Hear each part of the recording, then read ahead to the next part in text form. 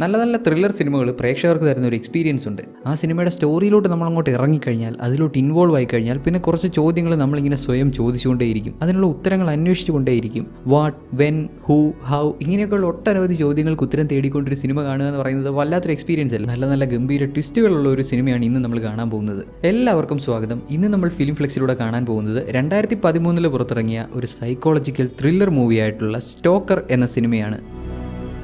പടത്തിൻ്റെ തുടക്കത്തിൽ നമ്മൾ കാണുന്നത് റോഡ് സൈഡിൽ നിർത്തിയിട്ടിരിക്കുന്ന ഒരു കാറും അതിന് പുറകിലായിട്ട് നിർത്തിയിട്ടിരിക്കുന്ന ഒരു പോലീസ് കാറും മുന്നിൽ നിർത്തിയിട്ടിരിക്കുന്ന കാറിൽ നിന്നും ഇറങ്ങി വന്ന് റോഡ് ക്രോസ് ചെയ്ത് നടന്നു പോകുന്ന നമ്മുടെ ഹീറോയിനെയുമാണ്. നമ്മുടെ ഹീറോയിൻ്റെ പേര് ഇന്ത്യ. എനിക്കൊരു പ്രത്യേക കഴിവുണ്ട്. സാധാരണ മനുഷ്യർക്ക് കേൾക്കാൻ പറ്റാത്ത കാര്യങ്ങളൊക്കെ എനിക്ക് കേൾക്കാൻ പറ്റും. അതായത് വളരെ ചെറിയ ശബ്ദം പോലും, ചെറിയ ചെറിയ ചലനങ്ങൾ പോലും കൃത്യമായി എനിക്ക് മനസ്സിലാക്കാൻ സാധിക്കും. ദൂരെയുള്ളതൊക്കെ കാണാനും അവിടുന്ന് വരുന്ന ശബ്ദങ്ങളൊക്കെ ശ്രദ്ധിച്ച് കേട്ട് മനസ്സിലാക്കാനും സാധിക്കും. ഞാൻ ഇങ്ങനെയൊക്കെ ആയി മാറാൻ കാരണം ഒരു കാത്തിരിപ്പാണ്, രക്ഷപ്പെടാനുള്ള കാത്തിരിപ്പ്. ഇപ്പം ഞാൻ ഇട്ടിരിക്കുന്ന ഈ ക്ലോത്ത്സ് ഇതെൻ്റെ അച്ഛൻ്റെ ബെൽറ്റാണ്, എൻ്റെ അമ്മയുടെ ബ്ലൗസാണ്, എൻ്റെ അങ്കിളിൻ്റെ ഷൂസാണ്. ഇതെല്ലാം ധരിച്ചിരിക്കുന്ന ഈ വ്യക്തിയാണ് ഞാൻ.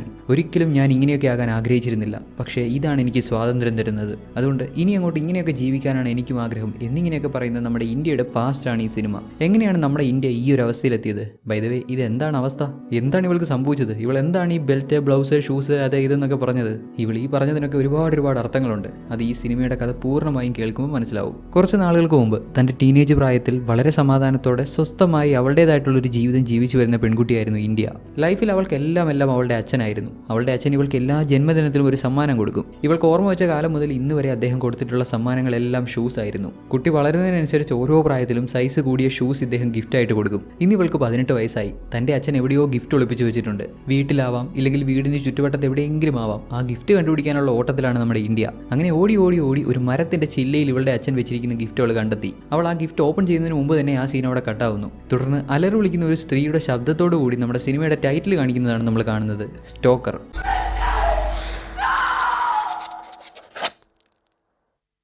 സംഭവം എന്താണെന്നാൽ നമ്മുടെ ഇന്ത്യയുടെ ജന്മദിന ദിവസം, അതായത് അവൾക്ക് 18 വയസ്സ് തികയുന്ന ആ ദിവസം ഇവളുടെ അച്ഛൻ ഇവൾക്ക് വേണ്ടി ഗിഫ്റ്റൊക്കെ മരച്ചില്ലയിൽ കൊണ്ടുവച്ചിട്ട് പുള്ളിക്കാരൻ പുറത്ത് പോയിട്ടുണ്ടായിരുന്നു. എന്തോ അത്യാവശ്യ കാര്യത്തിന് കാറും എടുത്ത് പോയിട്ടുണ്ടായിരുന്നു. പിന്നീട് ഇവർ അറിയുന്നത് ഒരു കാർ അപകടത്തിൽ അദ്ദേഹം മരണപ്പെട്ടു എന്ന വാർത്തയാണ്. ഇത് നമ്മുടെ ഇന്ത്യയുടെ അമ്മ, പേര് എവ്ലിൻ. ഇന്ത്യക്ക് അവളുടെ അച്ഛനെയാണോ അമ്മയാണോ ഇഷ്ടമെന്ന് ചോദിച്ചാൽ സംശയം കൂടാതെ അവൾ പറയും അവൾക്ക് അവളുടെ അച്ഛനെയാണ് ഇഷ്ടമെന്ന്. കാരണം ഇത്രയും നാളത്തെ നമ്മുടെ ഇന്ത്യയുടെ ജീവിതത്തിൽ ഇവളുടെ അമ്മയുമായിട്ട് ഇവൾക്ക് ഓർത്തിരിക്കാൻ പറ്റിയ നല്ലൊരു മെമ്മറി ഇല്ല. എന്നാൽ അവളുടെ അച്ഛൻ അങ്ങനെയായിരുന്നില്ല. അദ്ദേഹത്തിന് അറിയാവുന്ന കാര്യങ്ങളൊക്കെ അദ്ദേഹം ഇന്ത്യയെ പഠിപ്പിച്ചിട്ടുണ്ട്. ഇന്ത്യയുടെ അച്ഛൻ പക്ഷികളെയും മൃഗങ്ങളെയും ഒക്കെ വേട്ടയാടാൻ കാട്ടിൽ പോകുമ്പോൾ ഇവളെയും കൊണ്ടുപോകുമായിരുന്നു. എങ്ങനെയാണ് കൃത്യമായി ഉന്നം പിടിച്ച് മൃഗങ്ങളെയൊക്കെ ഷൂട്ട് ചെയ്ത് വീഴ്ത്തേണ്ടതെന്നൊക്കെ അദ്ദേഹം ഇവൾക്ക് പഠിപ്പിച്ചു കൊടുത്തിട്ടുണ്ട്. ഇന്ത്യക്ക് എല്ലാം അവളുടെ അച്ഛനായിരുന്നു. എല്ലാ ജന്മദിനത്തിലും അദ്ദേഹം ഇവൾക്ക് സമ്മാനം കൊടുക്കാറുണ്ട്. എവിടെയെങ്കിലുമൊക്കെ അതുകൊണ്ടുപോയി ഒളിപ്പിച്ച് വെക്കും. ഇന്ത്യ എങ്ങനെയെങ്കിലും കണ്ടുപിടിച്ച് തിരിഞ്ഞു പിടിച്ച് അത് തുറന്നു നോക്കുമ്പോൾ അതിനകത്ത് ഷൂസ് ആയിരിക്കും. എന്താണെങ്കിലും ഇന്ന് വരെ അദ്ദേഹം ജീവനോടെ ഇരുന്ന അവസാന ദിവസം വരെ അദ്ദേഹം ആ ഒരു പതിവ് മുടക്കിയിട്ടില്ല. തൻ്റെ അച്ഛൻ്റെ ഫ്യൂണറൽ ചടങ്ങൊക്കെ നടക്കുന്ന സമയം ദൂരെ നിന്നൊരു പ്രത്യേക ശബ്ദം ഇന്ത്യ കേൾക്കുന്നു. അവൾ ആ ശബ്ദം ശ്രദ്ധിച്ച് കേൾക്കുമ്പോൾ ദൂരെ നിൽക്കുന്ന ഒരു മനുഷ്യൻ ഇവളുടെ പേര് വിളിക്കുന്നു. സ്യൂട്ടൊക്കെ ധരിച്ച ഐഗ്ലാസ് ഒക്കെ വീർ ചെയ്തിരിക്കുന്ന ഒരു വ്യക്തി. ആരാണ് അയാൾ? ഇന്നേ വരെ ഇങ്ങനെ ഒരാളെ ഇന്ത്യ കണ്ടിട്ടില്ല. ശേഷം ചടങ്ങൊക്കെ കഴിഞ്ഞ് അവർ വീട്ടിൽ ചെന്നു. ഇവരുടെ വീട്ടിലെ വേലക്കാർ അടുക്കളയിൽ നിന്ന് സംസാരിക്കുന്ന കാര്യങ്ങളൊക്കെ മറ്റൊരു മുറിയിലിരിക്കുന്ന നമ്മുടെ ഇന്ത്യക്ക് കേൾക്കാൻ പറ്റുന്നുണ്ട്. കാരണം ഇവൾക്ക് കേൾവി ശക്തി കൂടുതലാണല്ലോ. ആ കൊച്ചിൻ്റെ അവസ്ഥയൊന്ന് ആലോചിച്ച് നോക്കിയോണേ. അവൾക്ക് എല്ലാം അവളുടെ അച്ഛനായിരുന്നു. ഇനിയിപ്പോൾ ആ കൊച്ചിനെ ആര് നോക്കും? ഇന്ത്യ നോക്കാനാണോ ആളില്ലാത്തത്? അവൾക്ക് അവളുടെ അമ്മയില്ലേ? നമ്മൾ എത്ര നാളായിട്ട് ഇവിടെ ജോലി ചെയ്യുന്നു. ഇന്ന് വരെ ഈ കൊച്ച് അവളുടെ അമ്മയോട് മര്യാദയ്ക്ക് സംസാരിക്കുന്നത് നമ്മൾ കണ്ടിട്ടുണ്ടോ? അവളുടെ അമ്മ ഈ കൊച്ചിൻ്റെ കാര്യമൊന്നും ശ്രദ്ധിക്കത്തില്ല. ആ സ്ത്രീക്ക് മറ്റു കുറേ കാര്യങ്ങളൊക്കെയാണ് വേണ്ടത്. ഞാൻ അതിനെപ്പറ്റി ഒന്നുമില്ല ചിന്തിക്കുന്നത്. റിച്ചാർഡിനുണ്ടായ ആക്സിഡന്റിനെ പറ്റി പലരും പല രീതിയിലാണ് സംസാരിക്കുന്നത്. അദ്ദേഹത്തിന്റെ ശരീരമൊക്കെ കത്തിക്കരിഞ്ഞിരുന്നു എന്ന്. കാർ ആക്സിഡന്റ് ആണെങ്കിൽ ഇങ്ങനെയൊക്കെ സംഭവിക്കുമോ? ഇങ്ങനെയൊക്കെ ഈ രണ്ട് വേലക്കാരി പെണ്ണുങ്ങൾ ഓരോന്ന് പുറത്തോട്ടിരിക്കുമ്പോൾ ഇവിടുത്തെ മെയിൻ വേലക്കാരി അങ്ങോട്ട് വരുന്നു. ഇവരാണ് മിക് ഗാറിക്. വർഷങ്ങളായിട്ട് ഈ കുടുംബത്തിലാണ് ഇവർ ജോലി ചെയ്യുന്നത്. ഇന്ത്യ ജനിക്കുന്നതിന് മുമ്പ് തന്നെ ഈ സ്ത്രീ ഇവിടെയുണ്ട്. ഈ വീടിനെ പറ്റിയുള്ള സകല കാര്യങ്ങളും അറിയാവുന്ന ഇവരുടെ വേലക്കാരി. അടുക്കളയിൽ പുറത്തോട്ടിരുന്ന മറ്റു രണ്ട് വേലക്കാരോട് മര്യാദയ്ക്ക് പോയി പണി ചെയ്യാൻ പറഞ്ഞു വിട്ടിട്ട് ഇവർ നമ്മുടെ ഇന്ത്യയുടെ അടുത്ത് ചെയ്യുന്നു. നല്ല മോളെ, നിന്റെ അച്ഛൻ ഒളിപ്പിച്ചു വെച്ച ഗിഫ്റ്റ് കിട്ടിയായിരുന്നോ? പുതിയ ഷൂസ് എന്തേ? ഇത് പഴയ ഷൂസ് അല്ലേ നീ ഇട്ടിരിക്കുന്നത്? അത് പിന്നെ ഇന്ന് അച്ഛൻ എനിക്ക് വേണ്ടി വെച്ചിരുന്ന ഗിഫ്റ്റിൽ ഒന്നുമില്ലായിരുന്നു. അത് എംറ്റി ആയിരുന്നു. അങ്ങനെ വരാൻ ഒരു സാധ്യതയില്ല. നീ അത് ശരിക്കും നോക്കിയോ? ആ ഗിഫ്റ്റിൽ എന്തെങ്കിലും ഉണ്ടാവണമല്ലോ എന്നിങ്ങനെ ഈ വേലക്കാരി ചോദിക്കുമ്പോൾ നമ്മുടെ ഇന്ത്യ ഈ പുള്ളിക്കാരി ഒരു താക്കോൽ എടുത്ത് കാണിക്കുന്നു. ഈ താക്കോലായിരുന്നു ഗിഫ്റ്റിലുണ്ടായിരുന്നത്. ഇത് എന്തിൻ്റെ താക്കോലാ? അതെനിക്കങ്ങനെ അറിയാം മോളെ. അതിന് ഉത്തരം തരേണ്ട ആൾ നിന്റെ അച്ഛനല്ലേ? ഇപ്പോൾ ഇവരുടെ വീട്ടിൽ ഒരുപാട് ആളുകൾ വന്നിട്ടുണ്ട്. ഫ്യൂണറലൊക്കെ കഴിഞ്ഞ് ഇവരുടെ ദുഃഖത്തിൽ പങ്കുചേരാൻ വേണ്ടി വന്നിരിക്കുന്ന ആളുകളാണ്. ഇങ്ങനെയുള്ള ചടങ്ങിലൊക്കെ ആളുകളെല്ലാം കറുത്ത ഡ്രസ്സായിരിക്കും ധരിക്കുക. എന്നാൽ ഈ കൂട്ടത്തിൽ ഒരാൾ മാത്രം കറുത്ത ഡ്രസ്സ് ധരിക്കാതെ നോർമൽ സ്യൂട്ടൊക്കെ ധരിച്ച് വന്നിരിക്കുന്നു. ഇതേ വ്യക്തിയെ തന്നെയാണ് ഫ്യൂണറൽ ചടങ്ങിൽ വെച്ച് നമ്മുടെ ഇന്ത്യ ശ്രദ്ധിച്ചിട്ടുണ്ടായിരുന്നത്. ദൂരെ നിന്ന് ഇവളുടെ പേര് വിളിച്ച അതേ വ്യക്തി. ഇയാൾ ആരാണെന്നോ? നമ്മുടെ ഇന്ത്യയുടെ അങ്കിളാണത്രേ. അതായത് ഇവളുടെ അച്ഛൻ്റെ സഹോദരനാണത്രേ ചാർലി. ആകെ മൊത്തം നിഗൂഢത പിടിച്ചൊരു വ്യക്തി. തനിക്ക് ഇങ്ങനെ ഒരു അങ്കിൾ ഉണ്ടെന്നുള്ള കാര്യം നമ്മുടെ ഇന്ത്യ തന്നെ ഇപ്പോഴാണ് അറിയുന്നത്. അങ്ങേരെ കണ്ടപ്പോൾ ഇന്ത്യക്ക് എന്തൊക്കെയോ കുറേ സംശയങ്ങൾ തോന്നുന്നുണ്ട്. അതുകൊണ്ട് തന്നെ അങ്ങേരോട് സംസാരിക്കാനൊന്നും ഇവൾ തയ്യാറാവുന്നില്ല.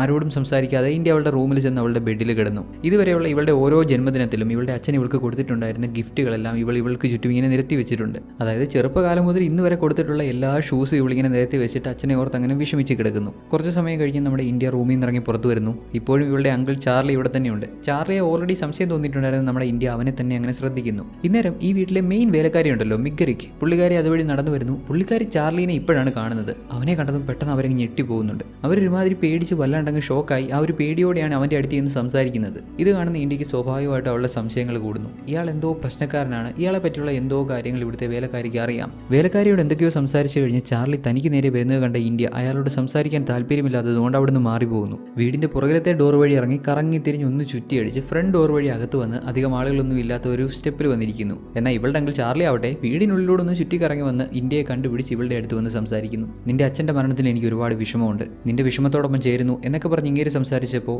ഇതെന്റെ മാത്രം വിഷമമാണോ? അദ്ദേഹം നിങ്ങളുടെ സഹോദരൻ കൂടിയായിരുന്നില്ലേ? ഇന്ത്യ ഇങ്ങനെ ചോദിച്ചപ്പോൾ ഇവനൊരുമാതിരി വല്ലാതെ ചിരിച്ചിട്ട് അവിടുന്ന് മാറിപ്പോകുന്നു. ശേഷം അടുത്ത ദിവസം രാവിലെ എഴുന്നേറ്റ് വരുന്ന നമ്മുടെ ഇന്ത്യ എന്തോ ശബ്ദം കേട്ട് ഇവളുടെ റൂമിലെ ജനാല വഴി പുറത്തേക്ക് നോക്കുമ്പോൾ ദേ അവിടെ ഇവളുടെ അങ്കിൾ ചാർലി മുറ്റത്തെ പണിയൊക്കെ ചെയ്തുകൊണ്ടിരിക്കുന്നു. ഇന്നലെ ബാക്കിയുള്ളവരൊക്കെ തിരിച്ചു പോയെങ്കിലും ഇങ്ങേര് തിരിച്ചു പോയില്ല. ഇങ്ങേര് ബന്ധുവാണല്ലോ, ഇങ്ങേര് ഇവിടെ തന്നെ നിൽക്കാൻ തീരുമാനിച്ചു. ബന്ധത്തിന്റെ പേരിൽ ഒരു ദിവസം കൂടെ നിന്നതായിരിക്കും. എന്തായാലും ഇന്ന് അങ്ങേരെ അങ്ങ് പൊക്കോളൂ എന്നുള്ള രീതിയിൽ നമ്മുടെ ഇന്ത്യ അതൊന്നും വലിയ കാര്യമാക്കുന്നില്ല. പകൽ സമയത്ത് ഇന്ത്യ ഗാർഡനിലൂടെ ഇങ്ങനെ നടക്കുന്ന സമയത്ത് ഇവളുടെ അങ്കിൾ ചാർലി ഇവിടുത്തെ വേലക്കാരി ഉണ്ടല്ലോ, മുതിർന്ന വേലക്കാരി, ആ പുള്ളിക്കാരിയുടെ കൂടെ ഷെഡിൽ നിന്ന് സംസാരിക്കുന്നത് ഇവള് കാണുന്നു. അവർ സംസാരിക്കുന്നതൊക്കെ ശ്രദ്ധിച്ച് കേൾക്കുമ്പോൾ ആ വേലക്കാരി ഇവൻ എന്തൊക്കെയോ സഹായങ്ങൾ ചെയ്തു കൊടുത്തിട്ടുണ്ട്. അതായത് ഈ ചാർലി ആവശ്യപ്പെട്ടിട്ടുള്ള കാര്യങ്ങൾ വർഷങ്ങളായി ഈ വേലക്കാരി ചെയ്തു കൊടുത്തിട്ടുണ്ട്. ഇപ്പോഴും ചാർലി എന്തൊക്കെയോ ആ വേലക്കാരിയോട് ആവശ്യപ്പെടുന്നു. ഇപ്പം ചാർലി ആവശ്യപ്പെടുന്ന കാര്യങ്ങളൊന്നും അവർക്ക് ചെയ്യാൻ പറ്റത്തില്ല, അവരെ വെറുതെ വിടണമെന്നൊക്കെയാണ് വേലക്കാരി സംസാരിക്കുന്നത്. അവരുടെ ആ ഒരു കോൺവെർസേഷനിൽ തന്നെ ഒരു കാര്യം വ്യക്തമാണ്, ആ വേലക്കാരി ഇവനെ നന്നായിട്ട് പേടിക്കുന്നുണ്ട്. അവർ ഭയപ്പെടത്തക്ക ആരോ ആണ് ഇവൻ. കുറച്ച് സമയം കൂടെ കഴിഞ്ഞു പോയി. ഉച്ചയൊക്കെ ആയപ്പോഴാണ് നമ്മുടെ എവലിൻ എഴുന്നേറ്റ് വരുന്നത്. എഴുന്നേറ്റ് വരുന്ന എവലിൻ ഇവിടുത്തെ വേലക്കാരിയെ വിളിക്കുന്നു, അതായത് നമ്മുടെ ബിഗ്ഗാരിക്കിനെ വിളിക്കുന്നു.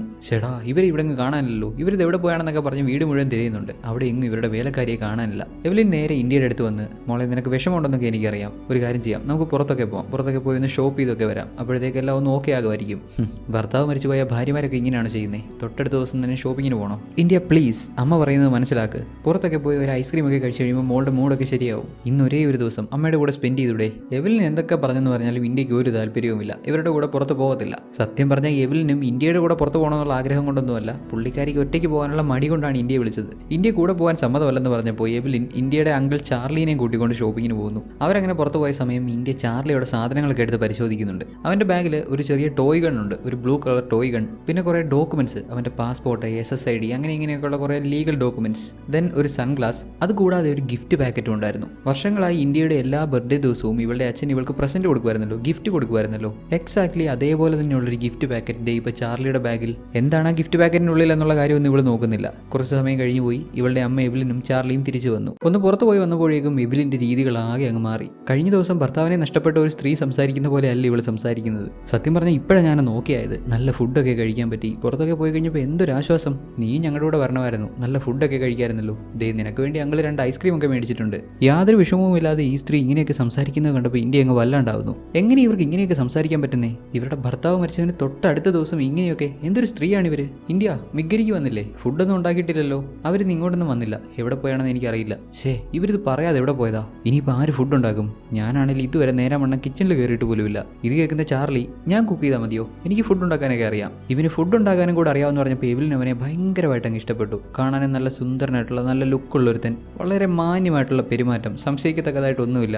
എവലിൻ ആഗ്രഹിക്കുന്ന പോലത്തെ ഒരു സുഹൃത്ത്, അതാണ് അവൾക്ക് ചാർലി. തുടർന്ന് ഫുഡ് ഉണ്ടാക്കുന്നതിന് മുമ്പായിട്ട് ഇവർ വാങ്ങിക്കൊണ്ട് വന്ന ഐസ്ക്രീം ഇല്ലേ, ആ ഐസ്ക്രീം താഴെ ബേസ്മെന്റിലുള്ള ഫ്രീസറിൽ കൊണ്ടുപോകാൻ നമ്മുടെ ചാർലി ഇന്ത്യയോട് പറയുന്നു. ഇങ്ങനെ ഇന്ത്യയോട് പറഞ്ഞപ്പോൾ ഇവൾക്ക് അനുസരിക്കാൻ ആദ്യം ചെറിയൊരു ബുദ്ധിമുട്ട് തോന്നുന്നുണ്ടെങ്കിലും അവളുടെ അമ്മ അവളെ നിർബന്ധിക്കുമ്പോൾ ആ ഐസ്ക്രീം എടുത്തുകൊണ്ട് അവൾ ബേസ്മെന്റിലേക്ക് ഇറങ്ങി പോകുന്നു. ബേസ്മെന്റ് ആകെ മൊത്തം ഒരുമാതിരി വല്ലാത്ത സെറ്റപ്പാണ്. വർഷങ്ങളായിട്ട് ഇവിടെ ആരും ക്ലീൻ ചെയ്തിട്ടില്ലാത്തൊരവസ്ഥ. കുറേ നാളായി നമ്മുടെ ഇന്ത്യയും ഇങ്ങോട്ടൊക്കെ ഇറങ്ങിയിട്ട് ഇവിടുത്തെ ഈ ഒരു കണ്ടീഷനൊക്കെ കണ്ടപ്പോൾ ഇന്ത്യക്ക് അങ്ങ് പേടിയാവുന്നുണ്ട്. ആ ഒരു പേടിയോടെ അവൾ ഓരോ ലൈറ്റും ഓൺ ചെയ്ത് പതിയെ നടന്ന് മുന്നോട്ട് ചെല്ലുന്നു. അവിടുത്തെ ഫ്രീസർ തുറന്നപ്പോഴേക്കും പെട്ടെന്ന് എന്തോ ഒരു ശബ്ദം കേട്ടു. മനസ്സിൽ നല്ല പേടിയുണ്ട്. അതുകൊണ്ട് തിരിഞ്ഞു നോക്കിക്കൊണ്ട് തന്നെ അവളുടെ കയ്യിലുണ്ടായിരുന്ന ഐസ്ക്രീം ക്യാൻ ആ ഫ്രീസറിലേക്ക് ഇട്ട് ഫ്രീസർ അടച്ചു. ഐസ്ക്രീം ക്യാൻ പ്രോപ്പറായിട്ടാണോ അതിനകത്ത് വീണതെന്ന് പോലും ഇന്ത്യ നോക്കിയില്ല. ഇങ്ങനെ പേടിപ്പെടുത്തുന്ന സ്ഥലത്തൊക്കെ കൂടുതൽ സമയം നിൽക്കാൻ പറ്റുമോ? പെട്ടെന്ന് അവളെ കയറി പോകുന്നു. ചാർലി ഡിന്നർ ഉണ്ടാക്കി. നല്ല സ്വാദിഷ്ടമായ ഫുഡ്. ഈ ഫുഡ് കഴിക്കുമ്പോൾ തൻ്റെ ഭർത്താവ് റിച്ചാർഡ് തനിക്ക് ഉണ്ടാക്കി തന്ന ഫുഡ് പോലൊക്കെ തന്നെ ഉണ്ടെന്നൊക്കെ എവ്ലിൻ പറയുന്നുണ്ട്. ഇത്രയും നാളത്തെ ചാർലിയുടെ ലൈഫിനെ പറ്റി, ജീവിതത്തെ പറ്റി അവൻ ജസ്റ്റ് ഇവരോടൊന്ന് സൂചിപ്പിക്കുന്നുണ്ട്. ഒരുപാട് വർഷങ്ങളായി അവൻ പല പല രാജ്യങ്ങളിലൂടെ സഞ്ചരിക്കുമായിരുന്നു. ഒരിക്കലും പാരീസിൽ പോയപ്പോൾ അവിടുന്ന് പഠിച്ചെടുത്ത രീതിക്ക് അനുസരിച്ചാണ് ഇവൻ ഈ ഫുഡ് ഉണ്ടാക്കിയത് എന്നൊക്കെ പറഞ്ഞ് ഫുഡിനെ പറ്റിയും സംസാരിക്കുന്നു. ഫുഡൊക്കെ കഴിച്ചു കഴിഞ്ഞ് എവ്ലിൻ എഴുന്നേറ്റ് പോയി. ഇന്നേരം ചാർലി ഇന്ത്യക്ക് ഒരു ഗ്ലാസ് വൈൻ കൊടുത്തിട്ട് അവനുമായി നല്ല സൗഹൃദത്തിലാവാൻ ആവശ്യപ്പെടും. അതായത് എനിക്ക് നീയുമായിട്ട് ഫ്രണ്ട്സ് ആവണമെന്ന് അവൻ പറയും. നമുക്ക് ഫ്രണ്ട്സ് ആവേണ്ട ആവശ്യമൊന്നുമില്ല, കാരണം നമ്മളൊരു ഫാമിലി അല്ലേ.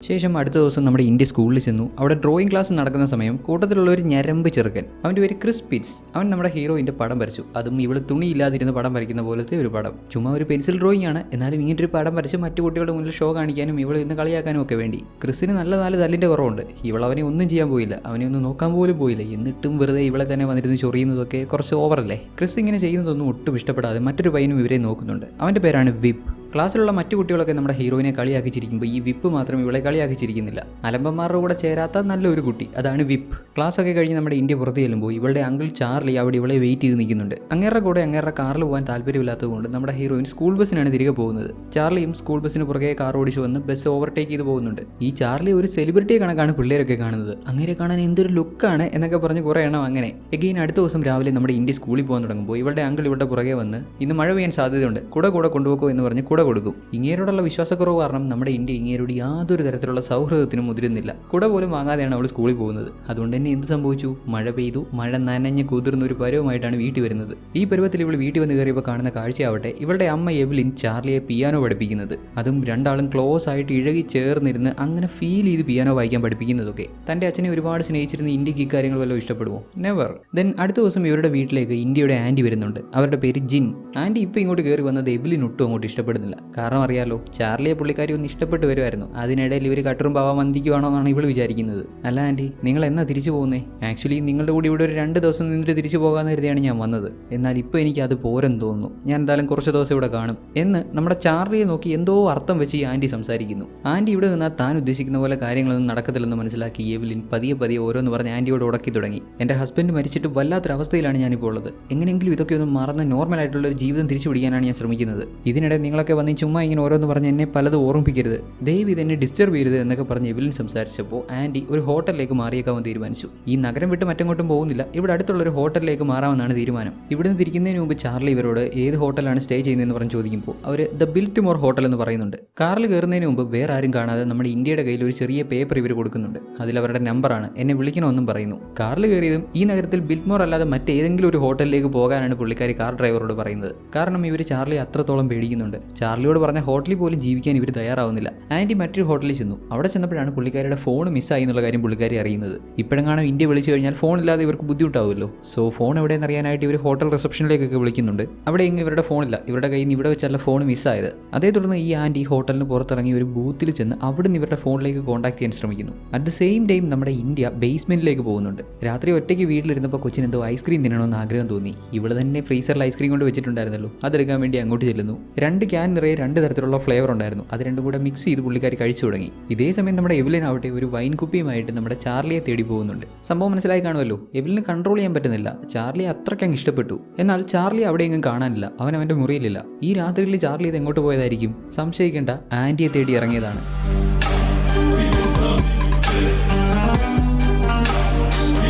നിങ്ങൾ ഹോട്ടൽ ബിൽറ്റ്മോറിലുണ്ടാവുന്നല്ലേ പറഞ്ഞത്? ഞാൻ അവിടെ കുറേ നേരം കാത്തിരുന്നു. പിന്നെ ഞാൻ ആ കാർ കമ്പനിയിൽ വിളിക്കേണ്ടി വന്നു നിങ്ങൾ എവിടെയാണെന്ന് അറിയാൻ. ആൻറ്റി വല്ലാണ്ടങ്ങ് പേടിച്ച് വിറച്ച് നിൽക്കുവാണ്. കാരണം ഇവിടെ സഹായം ചോദിക്കാൻ പോലും ആരുമില്ല. ഈ ബൂത്തിനടുത്തങ്ങ് വേറൊരു മനുഷ്യനുമില്ല. ചാർലിയുടെ കയ്യിലുണ്ടായിരുന്നു ഈ പുള്ളിക്കാരിയുടെ phone. At the same time വീട്ടിലെ ബേസ്മെന്റിലുള്ള നമ്മുടെ ഇന്ത്യ അവിടെ ഒരു ഡെഡ് ബോഡി കണ്ടെത്തുവാണ്. ആ ഫ്രീസറിനുള്ളിൽ ഇവരുടെ വേലക്കാരി, ആ പ്രായമായ മിഗ്ഗറിക്കിൻ്റെതാണ്. ചാർലി വേലക്കാരിയെ കൊന്ന് അതിനകത്തിട്ടിരുന്നു. ഇപ്പോൾ ദേ ഈ ആൻറ്റി ജിന്നിനെയും ഇവൻ്റെ ബെൽറ്റുകൾ ഊരി അവരുടെ കഴുത്തിലൂടെ കുരുക്കിട്ട് അങ്ങനെ അവരെയും കൊല്ലുകയാണ് ചാർലി. വീട്ടിലൊരു ഡെഡ് ബോഡി കണ്ടു, അത് തങ്ങളുടെ വേലക്കാരിയാണ് എന്നുള്ള കാര്യമൊന്നും നമ്മുടെ ഇന്ത്യ അവളുടെ അമ്മയോട് പറയുന്നില്ല. പറഞ്ഞിട്ട് എന്ത് കാര്യം? ഇങ്ങനെയുള്ളൊരു തള്ളയാണ് അവൾക്ക് കിട്ടിയത്. ആ തള്ളയുമായിട്ട് ഒരു തരത്തിലുള്ള ബന്ധവും നമ്മുടെ ഇന്ത്യ ഇഷ്ടപ്പെടുന്നില്ല. ഇത്രയൊക്കെ കൊലപാതകങ്ങൾ ചെയ്തിട്ടും യാതൊരു കൂസലും ഇല്ലാതെ അടുത്ത ദിവസവും നമ്മുടെ ഇന്ത്യയെ സ്കൂളിൽ നിന്ന് പിക്ക് ചെയ്യാനായിട്ട് ഇങ്ങനെ അവരുടെ സ്കൂളിൽ ചെല്ലുന്നുണ്ട്. ചാർലി സ്കൂളിന്റെ ഫ്രണ്ടിൽ അങ്ങനെ വന്ന് നിൽക്കുന്നതൊക്കെ കണ്ടിട്ട് ആ ഒരു പേടി കാരണം നമ്മുടെ കൊച്ചു ഫ്രണ്ടിലൂടെ പോകുന്നില്ല, പകരം ബാക്കിലൂടെ ഇറങ്ങി പോകുന്നു. അവിടെയാണെങ്കിൽ കുറെ അലമ്പ് പിള്ളേരും ഉണ്ടായിരുന്നു. നേരത്തെ നമ്മൾ കണ്ടിരുന്നല്ലോ നമ്മുടെ ഹീറോയിനെ ഇടയ്ക്കിടെ ബുദ്ധിമുട്ടിക്കുന്ന ഒരു പയ്യൻ ക്രിസ് പിറ്റ്, അവനും അവന്റെ ഗ്യാങ്ങും ഒക്കെ അവിടെ ഉണ്ടായിരുന്നു. സ്വാഭാവികമായിട്ടും ഇവളെ ഒറ്റയ്ക്ക് കിട്ടിയപ്പോൾ അമ്മമാർ ചൊറിയുന്നു. ഇവളോട് ഓരോരോ കൊനഷ്ട് ചോദ്യങ്ങളൊക്കെ ചോദിച്ച് ഇവളെ തല്ലാനൊക്കെ വരുന്നുണ്ട്.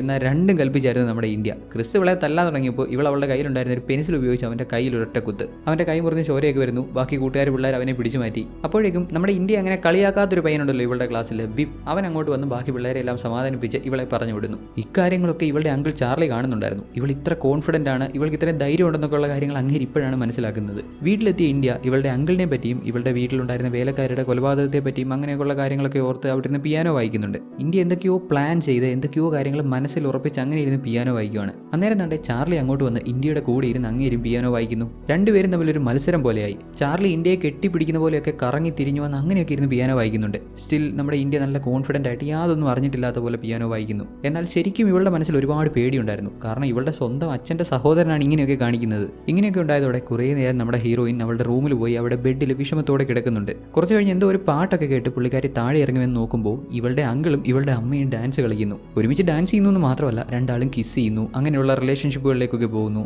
വെൽ, പാവം നമ്മുടെ ഇന്ത്യയുടെ അവസ്ഥയെ എന്തൊക്കെ കാണണം. ഇങ്ങനെയൊക്കെ കണ്ട് ഒരുമാതിരി അങ്ങ് ഷോക്കായ നമ്മുടെ കൊച്ച് രാത്രിയിൽ എങ്ങോട്ടോ ഓടി പോകുന്നുണ്ട്. ഇവളിങ്ങനെ ഓടിപ്പോകുന്നത് ഇവളുടെ അങ്കിളും ശ്രദ്ധിക്കുന്നുണ്ട്. ഈ സിനിമയുടെ ബാക്കി കഥ നമ്മുടെ സെക്കൻഡ് ചാനലിൽ അപ്ലോഡ് ചെയ്തിട്ടുണ്ട്. ആ വീഡിയോയുടെ ലിങ്ക് ഈ വീഡിയോയുടെ ഡിസ്ക്രിപ്ഷനിൽ കൊടുത്തിട്ടുണ്ട്. അങ്ങോട്ട് പോകുന്നതിന് മുമ്പ് എല്ലാ കൂട്ടുകാർക്കും ഈ വീഡിയോ ഇഷ്ടപ്പെട്ടിട്ടുണ്ടാവുമെന്ന് കരുതുന്നു. ഇഷ്ടപ്പെട്ടിട്ടുണ്ടെങ്കിൽ ഈ വീഡിയോ ഒന്ന് ലൈക്ക് ചെയ്ത് സപ്പോർട്ട് ചെയ്തിട്ട് പോവുക. വീഡിയോയെ പറ്റിയുള്ള അഭിപ്രായങ്ങളൊക്കെ കമൻറ്റ് ചെയ്ത് അറിയിക്കാനും മറക്കണ്ട.